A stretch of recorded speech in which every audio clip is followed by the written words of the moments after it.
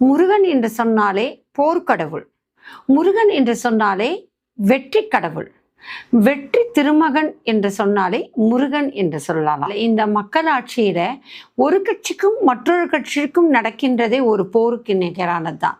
இந்த கட்சி வாக்கில யார் வெற்றி பெறுகின்றாரோ, அந்த வாக்குச்சாவடி போரிலே யார் வெற்றி பெறுகிறார்களோ அவர்தான் மன்னன். இந்த நேரத்திலே வேல் பரிசாக இந்த அரசியல்வாதிகள் அன்பளிப்பாக மக்களிடமிருந்து பெற்றுக்கொள்கிறார்கள். ஆளுமை மிக்க தலைவனாக அந்த போட்டி பொறாமையிலிருந்து மீண்டு பிரச்சனைகளை எல்லாம் எதிர்க்கின்ற சக்தி அந்த வேல் கொடுக்கணும்.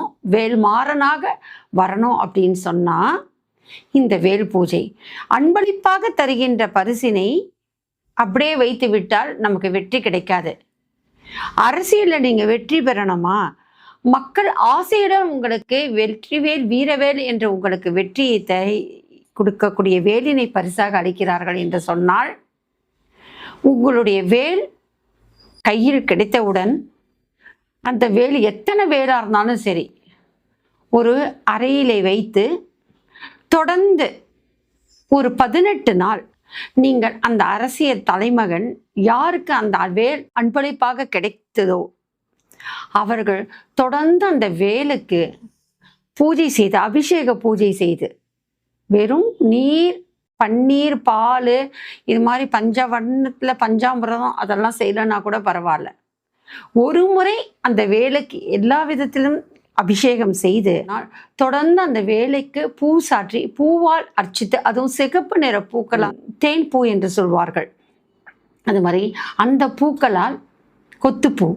அந்த விருட்சி என்று சொல்வார்கள் முருகனுக்கு பிடிச்ச பூ, அந்த பூவால் இந்த வேலினை அர்ச்சனை செய்து வழிபடுகின்ற காலத்திலே கண்டிப்பாக வெற்றி திருமகன் என்று சொல்லப்படுகின்ற முருகனுடைய அருளால் அவரும் வெற்றி பெறுகின்ற வாய்ப்பானது கிடைக்கும் என்ற ஒரு நம்பிக்கை காலங்காலமாக தமிழ் பண்பாட்டில் இருப்பதன் காரணமாகத்தான் போர்க்கடவுளாக வெற்றி திருமகனாக வேலுண்டு வினையில்லை வெற்றிவேல் வீரவேல் என்று சொல்கின்ற வேலினை பரிசாக தருகின்றார்கள்.